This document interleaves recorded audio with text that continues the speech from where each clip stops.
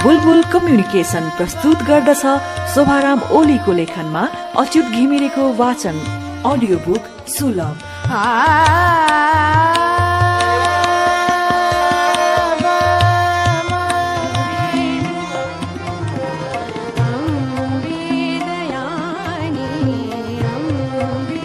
पहाड़की रानी शिमलाको सड़क वरिपरि पहरारत कयल र देवदारका टुप्पाले आकाश छोए जस्तो लाग्थ्यो।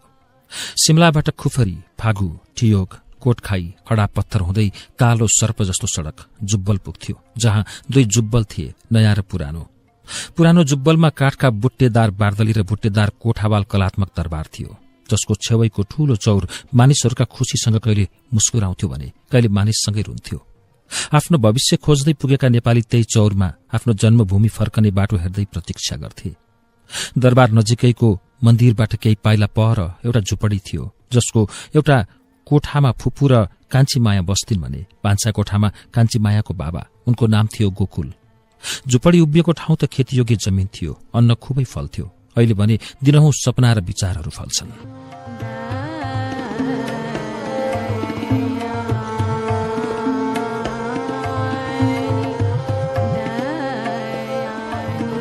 गोकुल परिवार यो झुपडीमा आउनुको आफ्नै कथा। कान्छी माया 2 वर्षकी हुँदा उनकी आमाले छोडिन्। जानेले आफ्नो बाटो समाते पनि बाँच्नेलाई त्यति सहज कहाँ छ र। घडी पला सेकेन्ड हुँदै दिन, महिना, वर्ष बिते, तर आमाले संसार छोडेपछि उनको बाबाको दिमागबाट भने डेरा सारिनन्। पत्नी यादमा तडपिन थालेपछि दिमागले काम गर्न सकेन। अवस्था बिग्रेपछि बिहे गर्न सुझाए, तर इष्टमित्र र नातागोताका सल्लाहलाई गोकुलले मानेनन्। उनलाई लाग्यो बिहे गरे काखकी दुधी बालिकाको जिन्दगीमा अँध्यारो छाउनेछ। पत्नी वियोग गाउँमा छरछिमेकीले मलमपट्टी लगाउनुको साटो नुनचोक छ अरे। त्यसपछि 13 वर्षकी बहिनी र सानी छोरीलाई लिएर गोकुल मुगलानिए।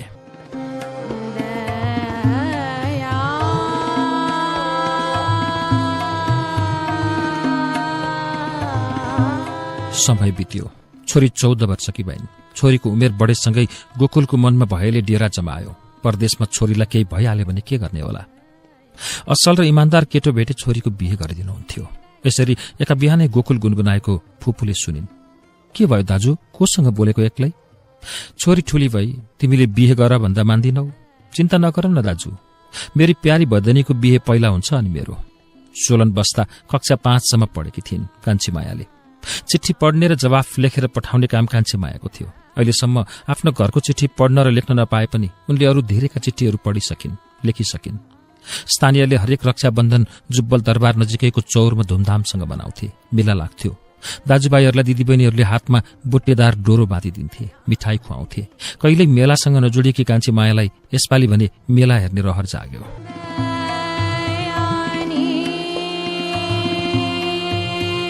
बिहानको समय। आज छुट्टी लिएका गोकुलले देब्रे हातमा पानीको लोटा उठाए दायाँ हातमा खनाए। दायाँ हातले गालाको दारी बिजाए। बाटुलो ऐना हेर्दै मेसिनले दारी मिलाउँदै गुनगुनाए। कोरा कागज थाए मन मेरा, लेख दिया नाम इसने तेरा। नजिकबाट निहाल्दै थिइन् कान्छी मायाले। बाबा, एउटा कुरा सोधौं? सोध न छोरी। यो रक्षाबन्धन के हो? एउटा पर्व, किन मनाउँछन्? निश्चल मनको प्रश्न फेरि छल्कियो। एकछिन पर्ख छोरी, म दारी मिलाएर सिद्ध्याउँछु अनि भन्छु। दारी काटेर छोरीलाई बाहिर बोलाए। बादल लागे पनि बेला बेलामा सूर्यले आफ्नो किरण धरतीतिर पठाउँदै थियो। गुरुमाइलो सूर्यतिर हेर्दै सोधे, के सोधेकी रे छोरी अघि? नजिकै गएर बस्दै उनले सोधिन्, बाबा, यो रक्षाबन्धन भनेको के हो र किन मनाउँछन् भनेको? रक्षाबन्धन हिन्दूहरूको धार्मिक तथा सांस्कृतिक पर्व हो। यस दिनलाई जनै पूर्णिमा पनि भनिन्छ। हाम्रो गाउँको लुबुमा ठूलो मेला लाग्छ, नाचगान हुन्छ। जनै लगाउनेहरू यस दिन पुरानो जनै फेरेर नयाँ जनै लगाउँछन्। बाहुनहरू गाउँ गाउँ पुगेर हातमा धागो बाँधिदिन्छन्। एन बद्धो बलि राजा दानवेन्द्र महाबल तेन त्वाम प्रतिबद्धामी रक्षेमा चलमा चल। अर्थात् जसरी सत्ययुगमा दानवद्वारा लखेटिएका देवगणलाई बचाउन गुरु बृहस्पतिले रक्षा विधान गरी तयार गरेको रक्षाबन्धनबाट अत्यन्त बलशाली दानवराज बलिलाई बाँधेका थिए, त्यसरी नै म तिमीलाई बाँध्दछु। यसले तिमी सुरक्षित बन, विचलित नहौ। यही मन्त्र उच्चारण गर्दै बाहुनले रक्षाबन्धन बाँधेर टीका लगाइदिन्छन्। बदलामा यजमानहरूले बाहुनलाई दक्षिणा दिन्छन्।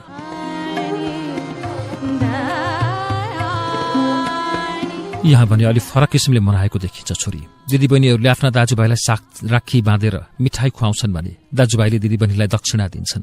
केही बुझे जस्तो त केही नबुझे जस्तो गरी कान्छी मायाले बाबाको अनुहारमा हेरिन्। फेरि यो संसारमा बाबा जस्तो जान्ने कोही छैन भन्ने सोच्दै फुरुङ्ग भइन्। नानी खान पाक्यो, झुपडीभित्रबाट फुपूको आवाज एक्लै बाहिर आएपछि बाबु छोरी हातमुख धोएर भित्र छिरे। चाडबाडको दिन सँगै बसेर खाना खाँदै गर्दा गोकुलले आफ्नो श्रीमती सम्झे, जो उनको मन मस्तिष्कबाट ओझेल पर्न सकेकी थिएनन्। त्यसै मन भक्कानियो। खाँदै गर्दा उनको गह भरियो, लुकाउन सकेनन्। फुपूले दाजुका कैयौं कुराहरू नबोलेरै पनि बुझ्थिन्। कान्छीमाया खानामै व्यस्त थिइन्। खानपिन सकियो। खाना खाएपछि फुपू बदैनी चिटिक्क परेर सजिए। आकाश कालो भएकाले फुपूले भनिन्, नानी छाता बोक्नुपर्छ। कान्छीमायालाई मेला पुग्न हतार थियो। बाबालाई घरमै छोडेर फुपू बदैनी मेला हेर्न गए।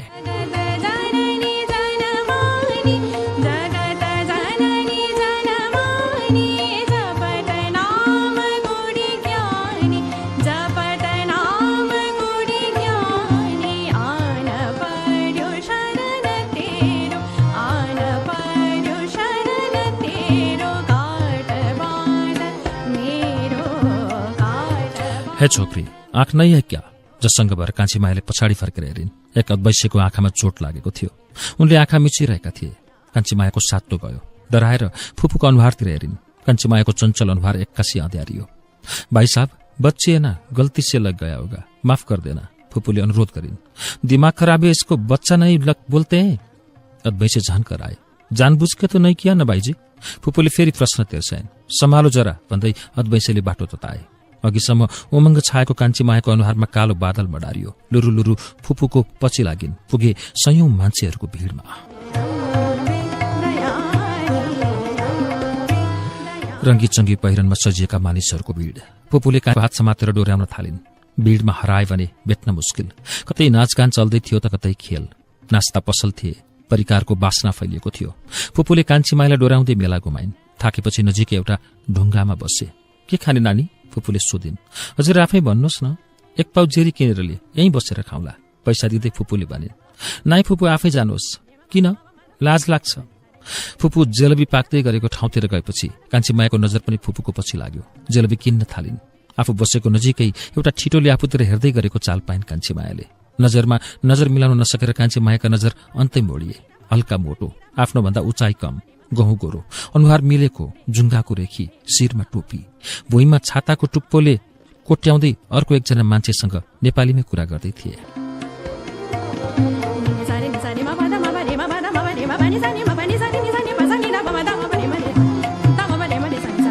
के हेरेको त्यसरी? फुपूको आवाजले उनी झस्सङ्ग भइन्। केही होइन, आत्तिएकी कान्छीमायाको स्वर झर्यो। फुपूको हातको पोलिथिन झोलाबाट जेलबीको रस चुइए झैं कान्छीमायाको मन चुइएर सुन्दर युवकमा पुगेको थियो। अरूले यो दृश्य देखे के भन्लान् भनेर कान्छीमायाको गाला भने रातो भयो। कान्छीमायाले जेलबीको टुक्रा निकालेर हातमा लिएकी के थिइन्। तातो जेरीको रस हातमा बग्न थाल्यो। हतार हतार मुखमा हालिन्। जेलबी खाइसकेपछि तिर्खा लाग्यो। पसलमा गएर पानी पिए। पेटमा पानी पुग्नु र आकाशमा गडेङगुडुङ एकसाथ सुरु भयो। कान्छीमायाले अघि देखेको युवकतिर नजर फालिन्, तर देखिएन। उनका नजर यताउति दौडिए। कुन बाटो आएको थियो र कहाँ गयो थाहा नपाउँदा दुःख लाग्यो। आँखाले नदेखे पनि मनले भने देखिरहे जस्तो लाग्यो। दुवैजना जुरुक्क उठे। अघि अघि फुपू अनि पछि पछि भदैनी। पानी पर्न थाल्यो। किनेको सामान पोको पारेर दुवैजना एक छेउमा एउटै छाता मुनि ओत्तिए। पानी झन बर्सिन थाल्यो। जाऊ नानी, पानी कम हुने छाँटकाँट छैन। दुवैजना बाटो लागे।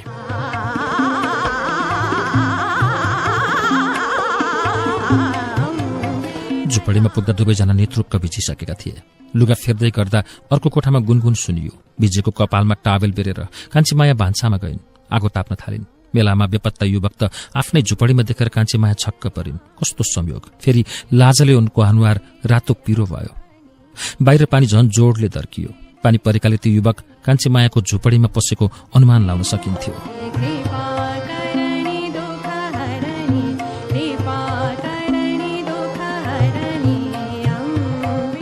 घर कहाँ हो नि रूपलाल बाबु? गोकुलको प्रश्न थियो। रोल्पा, युवकको उत्तर। नाम अनुसारको मान्छे हुँदैन भन्थे, तर हुँदो रहेछ। कान्छीमायाको मनले भन्यो।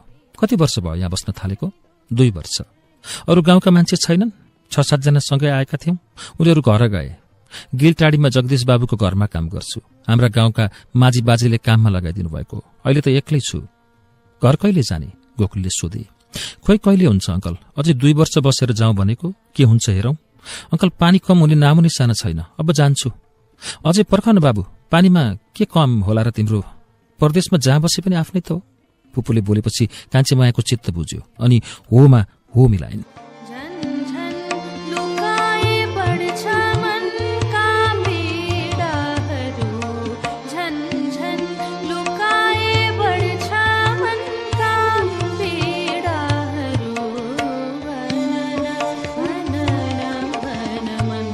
धेरै बेरसम्म कुरा गरे।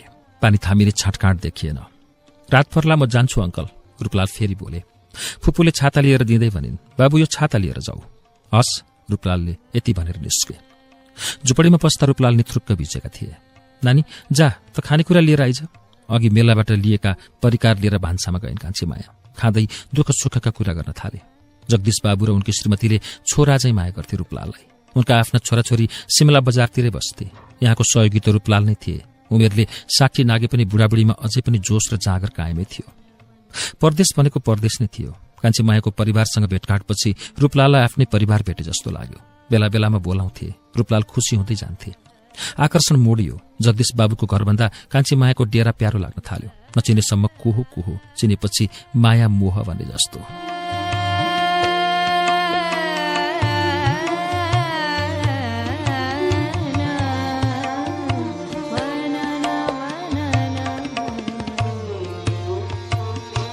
कान्छी माया रूपलाल प्रति आकर्षित थिइन्। कुराकानीकै क्रममा एक दिन कान्छी मायाले सोधिन्, रूपलाल हजुरको नाम के हो? कस्तो प्रश्न हो यो? प्रति प्रश्न थियो रूपलालको। सरी, हजुरको नामको पछाडि केही जोडिएको छैन त? छ, किन? तिमीले पनि जोड्ने हो र? रूपलालले जिस्काए। लाजले कर्के नजरले हेर्दै मस्केर बोलिन्, नाइ त्यत्तिकै सोधेको, पहिला तिमी भन अनि म भन्छु। मेरो पूरा नाम कान्छी माया कार्की। रूपलाल चलाउने भन्ने सुन्ने बित्तिकै कान्छी मायालाई निकै गत पर्यो क्यार। एकछिन मजाले हाँस्दै भनिन्, चलाउने भनेको के हो? थर हो। मैले पहिलोचोटि हो यस्तो अचम्मको थर सुनेको। मेरो दोष होइन क्यारे चलाउने हुनु। कान्छी मायालाई रूपलालको बानी व्यवहार मन पर्न थाल्यो।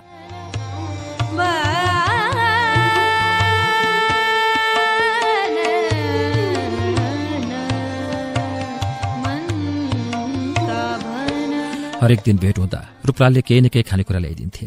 कान्छी मायाको प्रत्येक कुरामा ख्याल गर्दथे। हरेक दिन उनको डेरामा आउन थाले। कहिलेकाहीँ रूपलाल उनको डेरा वरिपरि मात्र देखिएन भने मन अशान्त हुन्थ्यो। पीर गर्थिन्, बिरामी पो भयो कि, हाम्रो केही कारणले उसको चित्त पो दुख्यो कि, यस्तै यस्तै प्रश्नहरूले उनको मनमा विचलन ल्याइदिन्थ्यो। हर दिन रूपलालको आगमन नै उनको खुसीको कारण बन्यो। कुनै दिन आएन भने कि मलाई भेट्न मन लाग्दैन होला र? यस्ता प्रश्नहरू उम्रिन थाले। दिनहुँ उनको एकहोरो मायाले अनेक कल्पना गर्दै सपना समेत देख्न थालिन्। परिणामतः चलाउनेसँगै अब यो कान्छी मायाले माया प्रेम चलाउँछु भन्ने अठोट गरिन् मनमा नै। यता रूपलालले पनि कान्छी माया आफूसँग नजिकिएको सहजै अनुमान लगाए। दैनिक भेटघाटले उनको मनमा प्रेमको बीज अंकुराउन थाल्यो। 1-2 महिनाको चिनाजानी प्रेममा परिणत भयो। हरेक दिन भेट नभएर अनुहार हेर्न नपाए निद्रा समेत लाग्न छाड्यो। आफ्नो अवस्था देखेर आफै रनबुल्लमा परे रूपलाल। के प्रेम यस्तै हुन्छ त?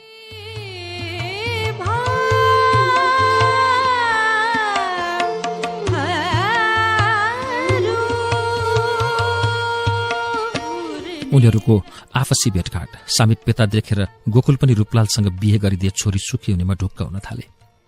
12 भदौको दिन गोकुलले नुहाई धुवाई गरी आगो बाले। चियाको किट्ली बसाले। आगोले किट्ली तताउने त किट्लीले चिया, चियाले मान्छे। चिया उम्लियो। गोकुलले 1 गिलास चिया खनाएर पिउन थाले। चिया सुरुप्प पारेको आवाज पल्लो कोठासम्म पुग्यो। भुइँमा उज्यालो बसेपछि फुपू उठिन्। भान्सामा छिरिन् र भनिन्, दाजु के भयो यति चाँडै उठेको? आज पूर्णिमा अनि निद्रा परेन पनि? चिन्ता पर्यो कि किन निद्रा परेन त? उनले सोधिन्। खै यो मन पनि के सोध्छ रातभर। कान्छी मायाको बिहे रूपलालसँग गरिदिन पाए हुन्थ्यो कि? मलाई पनि केटा त राम्रै लाग्यो, नानीले पनि मन पराउँछे, उनले जवाफ दिइन्। तिम्रो के विचार छ? बेला बेलामा यसो उनीहरूको गतिविधि निहाल्छु। रूपलालले साना साना कुरामा ख्याल गरिरहेको हुन्छ। अस्ति नानीलाई कुलोमा चिप्लिएर खुट्टामा अलिकति चोट लागेछ। रूपलाल रुँदै थियो।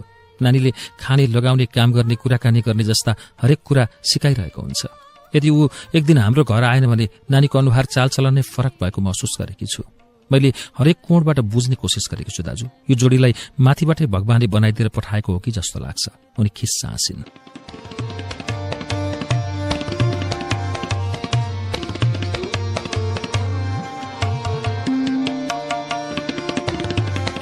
मान्छे ठिक त छँदैछ, उनीहरू एकअर्कालाई मन पनि पराउँछन्।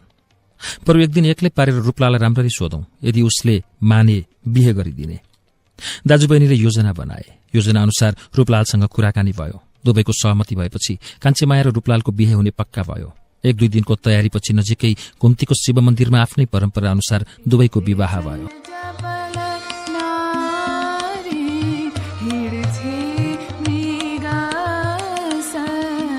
रूपलाल जगदीश बाबुको सबैभन्दा विश्वासिलो पात्र। बिहेपछि झालदीमा रहेको घर र स्याउको बगैँचा उनीलाई जिम्मा दिए। बगैँचामा स्याउका 50-60 बोट, 2-4वटा आरु र पलमका रुख। यिनै रुखमा बसी चराहरू गीत गाउँथे, माया लाउँथे। लुकी लुकी सिजन अनुसार पाकेका आरु, पलम र स्याउ खान्थे। बगैँचामा रैथाने चराहरूको बाहुल्यता भए पनि आगन्तुक चराहरूको पनि कमी थिएन। बगैँचाको माथिल्लो कुनामा सुन्दर घर अनि घरभित्र बस्ने सुन्दर जोडी थियो। जोडीले भविष्यको सुन्दर सपना देख्दथ्यो। दशैं आउन केही दिन मात्रै बाँकी थियो। यसपालिको दशैं मनाउन बाबा र फुपूकोमा जाने योजना बुने। बिहानीदेखि बगैँचामा घाँस काट्दै जिन्दगीका मीठा सपनाबारे कुरा गर्दै उनीहरूले संसार नै भुले।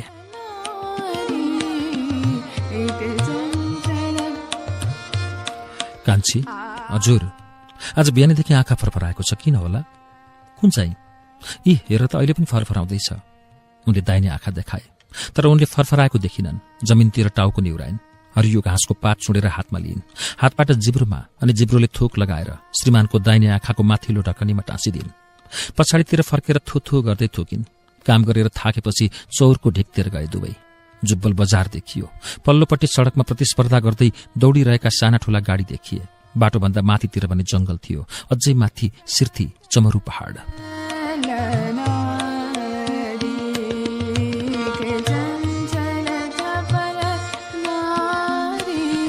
रोमाञ्चित हुँदै दुवैजना हेर्न थाले। हेर्नुहोस् त, रूपलाले श्रीमतीतिर नजर लगाए। होइन, तल हेर्नुहोस् भनेको। हाम्रो बाबुजीको घरमा काम गर्ने छोटु होइन र आउँदै गरेको हो त। छोटु आइपुगे। बायाँ हातले पसिना पुस्दै उनीहरूको छेउमा बसे। और भाइ कैसे आना हुआ? आपका खत आया। आज सुबह तो बाबूजी ने बोला जल्दी जाकर रूपलाल को हाथ में दे देना। ज्याकेटको गोजीबाट चिट्ठीको लिफा लिए। अच्छा, छोटू चलो घर में चाय पीकर जाओ। नहीं भाभी, अभी मैं थोड़ा पानी पिलाओ, प्यास लगाए। कान्छी माया पानी लिन भित्र पसिन्। 6 महिनापछि बल्ल बल्ल घरको खबर लिएर आएको चिट्ठी हेर्दै रूपलाल बोले, और छोटू कैसा चल रहा है? ठीक है बड़े भाई। बाबूजी और बीबीजी कैसे हैं? अच्छा है। रूपलाल बहुत दिन से आया नहीं, बोल रहा था। दशहरा में आएंगे हम, बता देना छोटे बाबूजी को। हौस्। कान्छी मायाले पानी दिइन्। छोटुको घर कुल्लु थियो। सानैमा घर छोडेर भागेको रे। रूपलालले बिहे गरेपछि खार्लाबाट लगेका थिए, जगदीश बाबुजीका छोराले।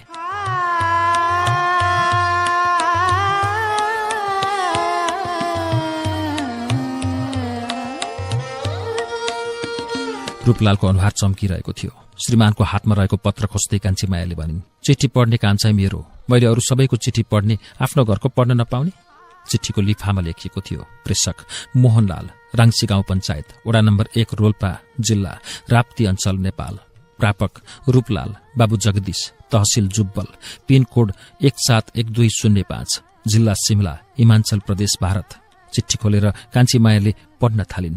श्री स्वस्थ श्री 6 आज्ञा तहाँ राज गरी बस्नुभएका दाजुलाई यो मालुम होस् कि यहाँ हामी सबैजना निका नाममै छौं। त्यहाँ पनि भगवानको कृपाले तिमीलाई निकै होला भनी उनै दयालु भगवान श्री पशुपतिनाथसँग दिनदिनै प्रार्थना गर्दैछौं। दाजु भाउजूहरूको तर्फबाट शुभ आशीर्वाद छ। मेरो र भतिजा भतिजीहरूको तर्फबाट तल्लो मान्नमा बस्नुभएका दाजु काकालाई सेवा ढोक छ। गाउँघरका सबै दाजुभाइ दिदीबहिनी इष्टमित्रहरूको तर्फबाट साइनो अनुसार सेवा ढोक तथा शुभ आशीर्वाद छ। दाजु, तिमीले पठाएको चिठी 1 महिना अघि पारी सिपुका हल्कराले घरमै ल्याइदिएका थिए। उस्तै उस्तै काम परेर लेख्ने फुर्सद पाइनम्। आज बल्ल बल्ल बेला मौकाले समय जोड्न गयो र केही समाचारहरू लेख्दैछौं। अहिलेसम्मको खास नयाँ नौलो समाचार के छ भने, यहाँ हाम्रो गाउँठाउँमा अहिलेको सालमा को मुलुकबाट आयो खै यो ओक्काउने व्यथा भित्रियो। व्यथाले गाउनुका सबैलाई छोयो। कति यो व्यथा तरे कति मरे। हाम्रो घरमा पनि 3-4 जनालाई छोयो। अरू त सबै निकै नाम्बो भइछ। हेर्दा हेर्दै हाम्रो जेइलाई पनि ओक्काउने व्यथाले छोयो। व्यथाले चाप्न थालेपछि उमा चल्यो। व्यथा लागेको 3 दिन हुँदा थला परेर ओछ्यानमै थल्लिइन्। तल्लो मान्नमा बसेको छोराको मुख हेर्न पाइन। उसको मुख नहेरी मेरो प्राण जान्न, छिटो बोलाइदेऊ भनिन्। चौथो दिनमा जेइ अचल भइन्, बोल्न छोडिन्। बेहोस भई लड्या बेला तिम्रो चिठी आइपुग्यो। काइला दाजुले चिठी बोकेर उनी सुत्या ठाउँमा गएर कराए, जेइ रूपलालको चिठी आएको छ। केही प्रतिक्रिया आएन। काइला दाजुले फेरि भने, जेइ एक गरको आँखा खोल। जेइले प्रतिक्रिया जनाएनन्। जे भए पनि काइला दाजुले चिठी ठूलो डाकोले पढेर सुनाए। दाजुले चिठी पढिसकेपछि जेइले केही बोलिनन्, तर उनका बन्द आँखा बिस्तारै खुले। आँखा सेता देखिए, छिनमै हर्लक्क भइन्। उनका आँखा खुला हातले थिचेर बन्द गरिदिए। हामी सबै रोयौं, करायौं।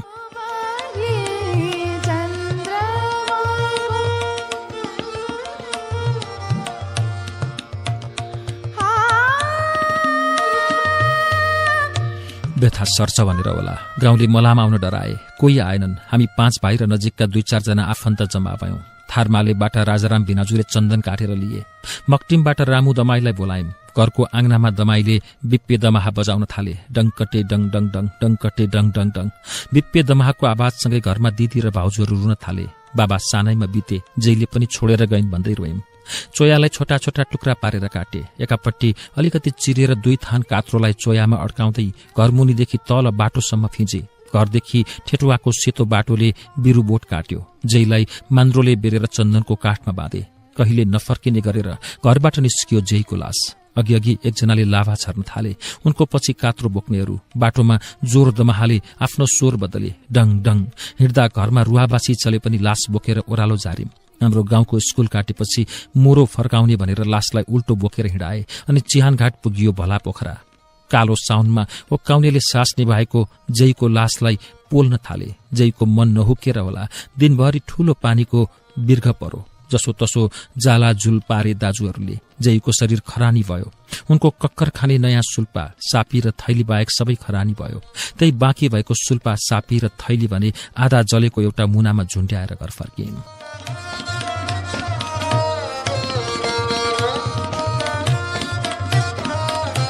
ऐजेल गाई र बाख्रा मारी पारी र भैँसी चाख्ले गइरहेछन्। यो ननीको ओक्काउने बेथाले गाउँका धेरै मान्छे भएनन्।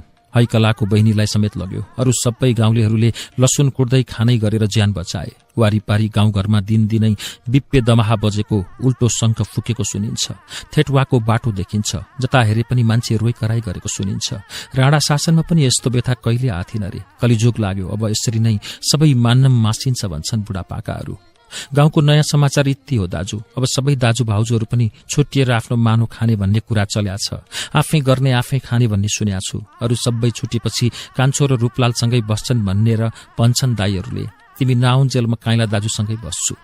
चिठी पाउँदा बित्तिकै त्यहाँ भात खाएर यहाँ हात चुट्न आ भनेर लेख कान्छा भन्दैछन् साइलो दाजुले। जैले हामीलाई मात्र नभएर यो संसारै छोडेर गइन्। उनले संसार छोडेपछि मैले स्कूल पनि छोडे। हामी माथिका दाजुहरूले जे भने पनि अहिले आउने काम छैन। म जसो तसो दिन बिताउने मेसो आफै गर्छु। तिमी मस्तै पैसा कमाउन्जेल त्यही बस्छ अनि मात्र आऊ। तिमी आएपछि यो भुइँ घर ओजारेर दाजुहरूको जस्तै अर्को 2 तले घर बनाम्ला। सधैँ आफ्नो जीवधनको ख्याल गर्नु। अर्काको ठाउँमा गाडी मोटरले हान्छ रे, तिनीहरूको नजिक नजानु। जति लेखे पनि यो मनको बह कहिले सकिन्न। अब दौडिरहेको कलम बन्द गर्ने अनुमति चाहन्छु। हवस् त दाजु, बाको अर्को पत्रमा विस्तार गरौँला। उही प्यारो भाइ मोहनलाल, नेपाल देश। इति सम्बत 2037 साल साउन 15 बुधबार शुभम।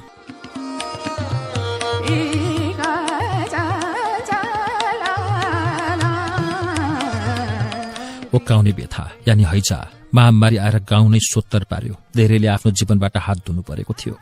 पत्र बोलिरहँदा पत्रका शब्दहरूले रूपलालको मुटुमा छुरा रोपे। आकाश खसेर थिचे जस्तो भयो। जमिन भाँसिए जस्तो भयो। मुटु चर्कियो, छिया छिया भयो। जमिन भाँसिए जस्तो। त्यसपछि सबै पीडा आँखाबाट आँसु भएर बग्यो। कान्छी मायाले गला कमाउँदै बल्ल तल्ल पत्र पढेर सकिन्। बल्ल तल्ल 50 ग्राम हुँदो लिफाफा सहितको कागजको कोसेली। तर कोसेलीभित्रका शब्दहरू 1000 टन भन्दा गरौं। त्यो मनको समुद्र आँखाको बाटो भएर बग्यो।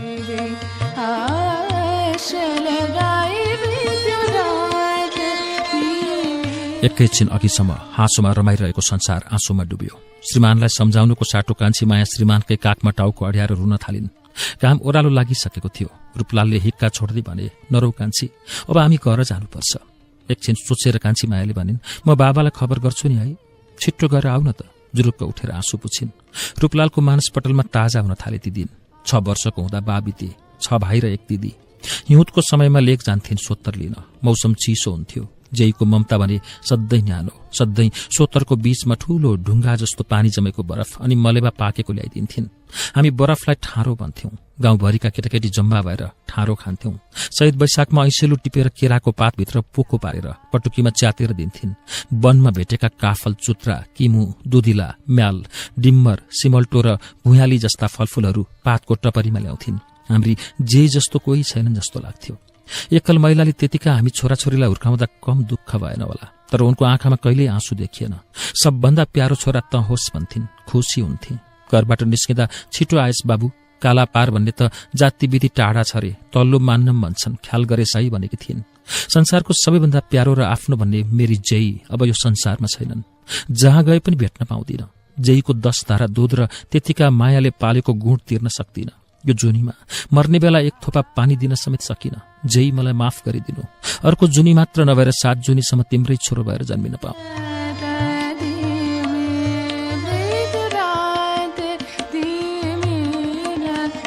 आँसु झन बग्न थाले। हिक्का छुट्यो। छेउमै स्याउको रुखमा एक हुल चराहरू आएर बसे। ती चराहरू उनको रुवाई सुनेर सम्झाउन आए वा किन हल्ला गर्न थाले। कान्छीमाया आइन् बाबा र फुपूलाई लिएर। घरभित्र पसेपछि बत्ती बाले। गोकुलले जुवाईको दुःख र दर्द सहजै बुझ्न सक्थे। भने जुवाई, मान्छे जन्मनु र मर्नु प्रकृतिको नियम हो। हेर्नुहोस्, मैले नानी सानी हुँदा श्रीमती गुमाएँ। पागल सरी थिएँ, तर पनि छोडेर जानेले गए पनि बाँच्नेले कष्ट गर्नुपर्छ जिउन। रूपलाल केही बोलेनन्। गोकुल बोलिरहे, घर जाने त जुवाई? नजाउँ भने आमा बितेको खबर पाएर पनि आएन भन्लान्। गाउँघरकाले कुरा काट्लान्। मान्छेले त के भन्छन् नि। फुपू बोलिन्, हेर्नुहोस् जुवाई, आज हजुरलाई दुःख परेको छ। यो समयमा घर जान हुँदैन भन्ने हाम्रो चाहना होइन।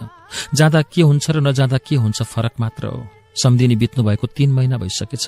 काजक्रिया सकियो होला। गएर मुख भेट्ने पाउने पनि होइन। भर्खर बिहे भएको छ। कसरी पठाउने अहिले नै?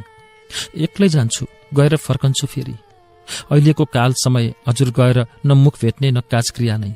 जाने आउने खर्च मात्र। अनि त्यस्तो व्यथाले कतै हजुरलाई नै भेट्यो भने? बरु आज खबर आयो, परदेश हो यो। आफ्नो कर्तव्य पूरा गर्न थाहा पाएको दिन आजदेखि 13 दिनसम्म क्रिया बस्नुहोस्। अर्को साल अलि कमाई काज गरी दुवैजना जानु होला।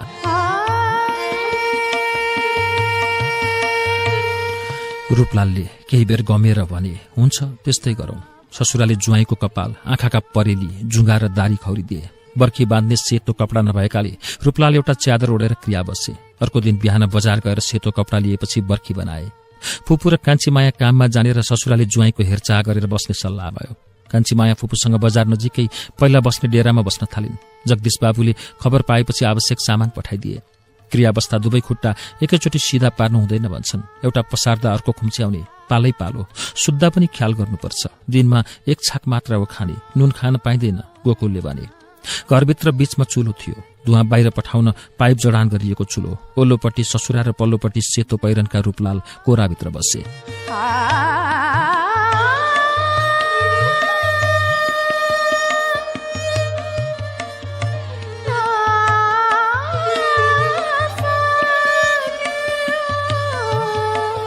जंगलको च्यादर ओढेर बसेको चुचुरो।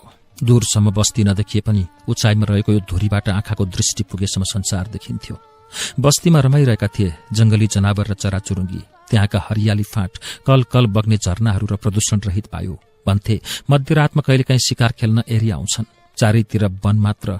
धुरीको बीचमा अनौठो मन्दिर जस्तो घर। त्यही चमत्कारी घरमा पस्यो, जसको भित्ता सिसा जस्ता देखिने पारदर्शी वस्तुहरूले सजाइएको थियो। जहाँ प्रोजेक्टरमा आएसरी विभिन्न किसिमका दृश्य बिलाए।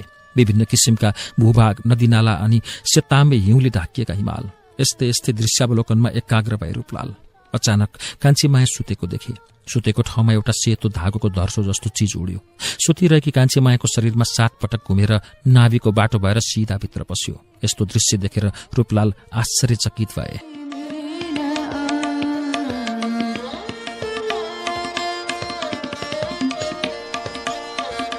त्यो सेतो धागोको धर्सो जस्तो देखिने चीज बिस्तारै नाभिबाट प्रवेश गरेर पेटभित्र पस्यो। त्यो दृश्यले रूपलाललाई अचल बनायो। अचानक एउटा सेतो पोसाकमा सजिएको र घाँटीमा आला भिरेको मान्छे आएर कान्छीमायाको पेटभित्र हेरेर हाँसे। त्यसपछि यताउता हेर्दै बोले, अहिले डिम्ब र शुक्रकीटको मिलन भएको छ। अब पाठेघरमा अण्ड इम्प्लान्टेसन हुन्छ अनि इम्ब्रियो बन्छ। यिनको मासिक स्राव रोकिनेछ। पहिला पाठेघरको अण्डा इम्प्लान्टेसन भएको ठाउँमा पानीको फोका बन्नेछ। फोका छिट्टै ठूलो रूप लिएर थैली बन्नेछ, जहाँ भ्रूण बस्छ। सेतो चम्किलो प्रकाशले ढाकेको ठाउँमा सेतो वस्त्रधारी बोल्दै गए, पहिलो महिनामै बच्चाको स्पाइनल नली बन्छ, जुन गएर मस्तिष्कमा जोडिन्छ अनि बच्चाको अनुहार बन्न थाल्छ। आँखा बन्न कालो टीका देखिन्छ। मुख र घाँटी बन्न थाल्छ। रगतका कणहरू र सानो मुटु तयार हुन्छ। धड्कन सुरु हुन्छ, जुन धड्कन धेरै समयसम्म रोकिने छैन। दोस्रो महिनाले बच्चाको अनुहारसँगै तल्तिर पुच्छर निकालिदिन्छ। नरम हड्डी बनेपछि हात र घाँटीको भाग छुटिन थाल्छ। यही महिनाको अन्त्यतिर पाचन प्रणालीको निर्माण हुन्छ। पुच्छर मेटिन्छ। तेस्रो महिनामा बिस्तारै हातखुट्टाका औंला बन्न थाल्छन्। आँखा, मेरुदण्ड र टाउकोको विकास हुन थाल्छ। बच्चाको बिस्तारै मुट्ठी खोल्ने र बन्द गर्ने प्रक्रिया सुरु भएसँगै क्रमशः बाहिरी औंलाहरूमा नङको विकास अनि बाहिरी कानको आकार बन्न थाल्छ। बच्चाको दाँत र प्रजनन अङ्गको विकास हुन थाल्छ। 3 महिनासम्म करिब सबै अङ्गहरू बन्छन्। मूत्र प्रणालीले र लिभरले काम गर्न सुरु गर्दै सबै अङ्गहरू बन्छन्। शरीर 4 इन्च लामो र 28 ग्राम तौलको हुन्छ। चौथो महिनामा आँखाको परिला र नङको विकास भए लगत्तै लिङ्ग समेत निर्धारण हुन्छ। यो समयमा बच्चाको लम्बाइ 6 इन्च र 130 ग्राम तौलको हुन्छ। 5औं महिनामा सुरु हुँदा मांसपेशीको सुरुवातसँगै बच्चा पेटभित्र आफ्नो यात्रा सुरु गर्न थाल्छ। बिस्तारै घुम्न थाल्छ। यो यात्रा तबसम्म अन्त हुने छैन जब यो संसारी चक्रले उसलाई घुमाइरहनेछ। बच्चाको कपाल उम्रन सुरु हुन थालेसँगै ढाड र काँधमा रौँ देखिन थाल्छ। बच्चाको लम्बाइ 10 इन्च लामो र 350 देखि 400 ग्रामसम्म तौल हुन्छ। छालाको रङ रातो भइसकेको हुन्छ। ढकनीभित्र आँखा चल्न सुरु हुन्छन्।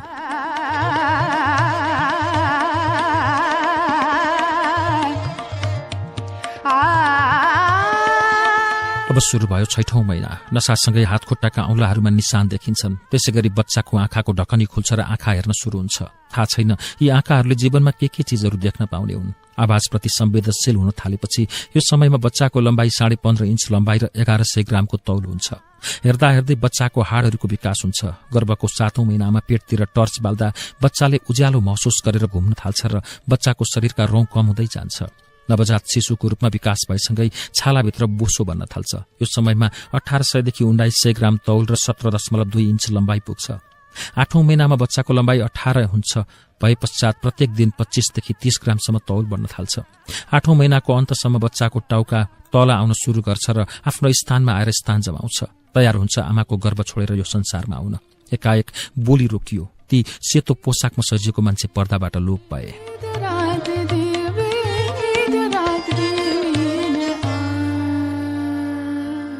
दृश्य बन्द भयो। अँध्यारो भयो। रूपलाल हलचल गरेनन्। फेरि देखिए अचम्मका लामा लामा दारा, नङ भएका डरलाग्दा हेर्दा मान्छे जस्ता। प्राणीले सिधै रूपलाललाई झम्टिन थाले। झसङ्ग भयो रूपलाल। बोली बन्द भयो। चिच्याए जेई झल्यास्स बिउजिए। एउटा खुट्टा खुम्चाएर सुतेको साह्रै दुखेको थियो। शरीर काम्दै थियो। बाहिर झ्याउकिरीहरू जोड जोडले चिच्याउँदै थिए। पल्लोपट्टि ससुराबा गोकुल मस्त निदाइरहेका थिए। झ्याउकिरी कराएर कुनै असर गरेन। न त रूपलालको सपनाले। उनी आफ्नै सपनासँग मस्त थिए। भर्खरै देखेको अचम्मको सपना सम्झिँदै रूपलाल अर्को खुट्टा खुम्च्याएर सुते। श्रव्य पुस्तकहरूको संगालो युट्युब च्यानल बुलबुल कम्युनिकेशन। तपाई सुन्दै हुनुहुन्छ उपन्यास सुलभको वाचन। क्रिया बसेको 13 दिन पुग्यो। रूपलालको आमाको मृत्युपछि गर्नुपर्ने सम्पूर्ण कर्तव्य पूरा गरे। आमा 3 महिना अघि बिते पनि उनको तर्फबाट 15 दिन मात्र भयो। दशैं पनि क्रियाको बीचमै गयो। सामान्य जीवनमा फर्किए। कान्छीमाया र रूपलाल झालदीमा बस्न थाले। उनले क्रिया बसेको बेला देखेको सपना सुनाए कान्छीमायालाई। नभन्दै कान्छीमायाको पर सर्ने रोकिएको थियो। आमाको क्रिया सकियो। दशैं सकाएर दिवाली पनि आयो। तर ती रूपलालको घरभित्र नपसी गए। दिन बिते। कान्छीमायाको पेट बढ्दै गयो। रूपलालले कामको साथसाथै श्रीमतीको सेवा गर्न थाले। त्यसै समयमा फुपूको बिहे भयो। उही शिव मन्दिरमा। उस्तै तरिकाले सोलुखुम्बुको पावै बस्ने राईसँग। फुपू आफ्नो श्रीमानसँगै बकालमा बस्न थालिन्। गोकुलले जगदीश बाबुको घर गिलटाडीमा बसेर काम गर्न थाले। बहिनी र छोरीसँग लामो समयसम्म बसेर जिन्दगीका धेरै सपनाहरू देखेको रित्तो डेराको याद आउँदा बेला बेलामा आँखा रसाउन पुग्थे।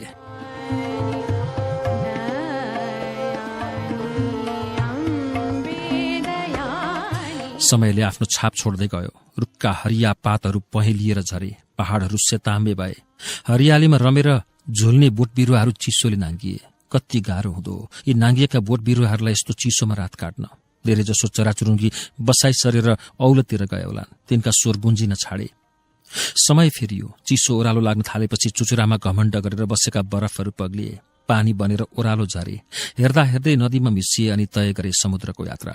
जमिनको पाठेघरमा लुकेका झार जंगलका बीजहरू अंकुराउन थाले। जमिन मुनिबाट मुना पलाए। रुखका पातहरू टुसाउन थाले। फूल फुल्न थाले। स्याउका रुखमा पातभन्दा पहिला फूल लाग्यो। दुवै दम्पतिले हरेक दिन त्यही दृश्य हेर्दै बगैँचाको गोडमेल गर्न थाले। छेउछेउमा उभिएका आरू र पलमका रुखहरूले पनि फूल निकाले। माउरी र भमरा भुनभुनाउँदै आइरहे आकर्षित भए फूलहरूसँग। तिनीहरूले रस मात्र चुसेनन्, परागसेचनको कार्य पनि पूरा गरे। अनि त बोटमा फल लाग्यो।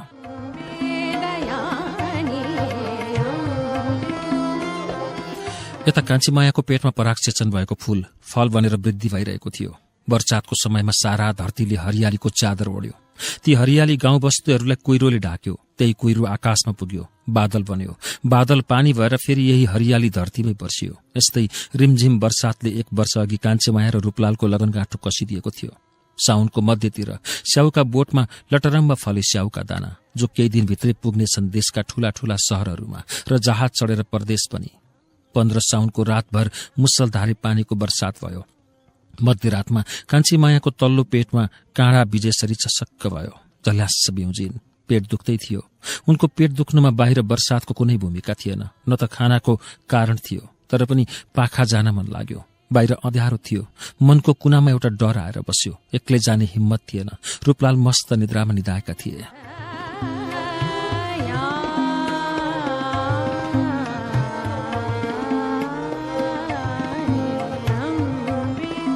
उठ्नुहोस् त, हातले कोच्याइन्। फेरि स्वाँ गर्न थाले। सुन्नु भएन? दुवै हातले जोडले हल्लाइन्। जुरुक्क उठेर सोधे, के भयो?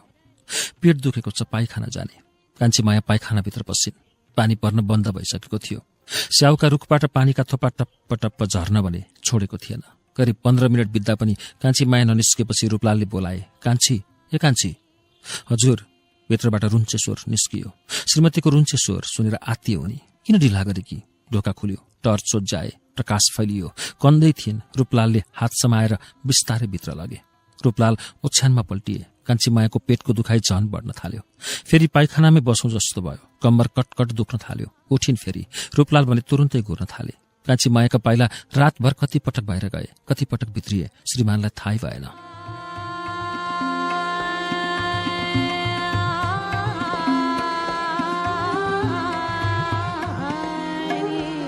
करेवा कराउन थाले। झ्याल खोलेर हेरिन्। उज्यालोले धरतीमा आउने संकेत गर्दै थियो। ओछ्यानमा पल्टिन्।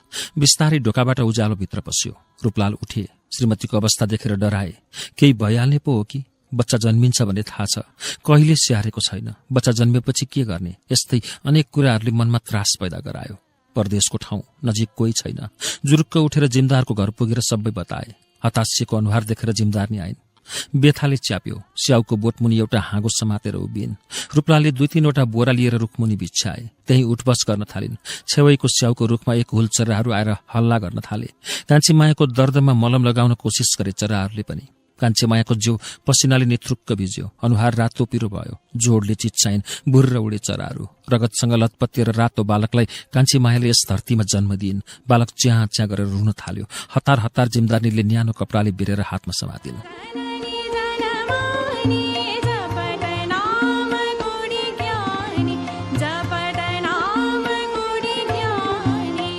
निउरेर के हेरिन् कुन्नी, भनिन्, बेटा हुआ, बधाई हो, कराइन् जिमदारनी। वाह रूपलाल भित्रबाट जुरुक्क उठेर खुसीले उफ्रिँदै बाहिर आए। आफूले देखेको सपना सम्झिए। आफू पनि त्यसरी नै जन्मिएको कल्पना गर्दै आफूलाई जन्म दिने आमालाई सम्झिए। आमा शिथिल भइन्। हातखुट्टा काँप्दै थिए। क्षणभरमै सालनाल खस्यो। सबै स्याहारिन् जिमदारनीले। सुत्केरी आमालाई बिस्तारै भित्र लगियो। जन्मेपछि बाआमाको मुहारमा खुसी झनै थपियो। यो खुसी बाआमा बस्ने 4 दिवारभित्र मात्र सीमित रहेन। घरबाट बाहिर निस्क्यो। हजुरबा कहाँ पुग्यो? जगदीश बाबुजीको परिवारमा पुग्यो। त्यति मात्र होइन, बाले कागजमा कोरेपछि खुसी शब्द भएर कागजमा पोखियो। कागज चिट्ठी बन्यो। त्यो चिट्ठी डाकघरमा पस्यो। पोकामा बाँधियो। लाछाप लाग्यो। बाआमा बस्ने ठाउँबाट लाछाप लागेको थैली नेपालको यात्रामा निस्कियो। रूपलाल जन्मेको घर रोल्पामा। चिट्ठी घर पुगेपछि खुसियाली मनाए।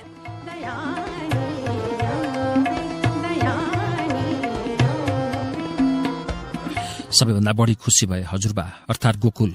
छोरीको भविष्य सोचेर सधैँ चिन्ता गर्ने बच्चाको मावली हजुरबा। कालो साउनमा जन्मेकै कारण हजुरबाले माया गरेर नाम राखिदिए काले। दिन बित्दै गयो।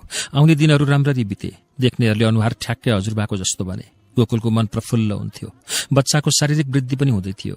केही दिनपछि अचानक आमाको स्तनबाट बग्ने 10 धारा दुधमा कमी भयो। धारा सुकेर होला, बच्चाले प्रशस्त दुध पिउन पाएन। फलतः बच्चाको रुवाईमा वृद्धि भयो। आमा मात्र नभएर सबैमा चिन्ताको बीज रोपियो। राम्ररी खान र सुत्न नपाउँदा बच्चाको शरीर सुकेर मुसाको आकार लिन थाल्यो। हजुरबाको मनमा चिसो बस्यो। एउटा जिम्मेवारीको हैसियतले भए पनि घर जाने सल्लाह दिए, तर छोरीलाई मात्रै कहिल्यै नपुगेको ठाउँमा पठाउन मनले मानेन। अन्ततः ढोका बन्द गरेर आएको आफ्नै घरभित्र फेरि आगो बाल्न जाने निधो गरे। एक दिन बिहानै हजुरबाले भने, जुवाई, हजुर नाति त दिन दोगुणा रात चौगुणा उँधो हुँदैछ। यस्तै हुँदै गयो भने झनै भोलि केही पो हुने हो। बरु घरतिर लाग्न पाए जाति हुन्थ्यो कि के सोच्नु भएको छ हजुरले?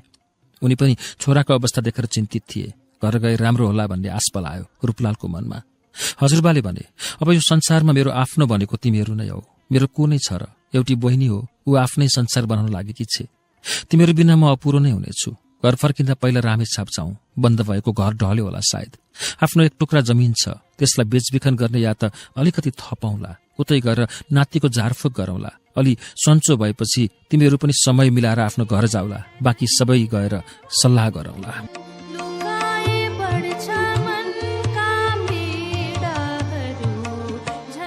हजुरबाको सल्लाह उचित लाग्यो र रूपलालले पनि सहमति जनाए। जगदीश बाबुजीलाई जानकारी गराए, हिसाब किताब गरिदिए। हजुरबाले बकाल बस्ने बहिनीलाई बोलाए। नवदम्पति आए। सबै परिवार झालादीमा जिम्मा लिए।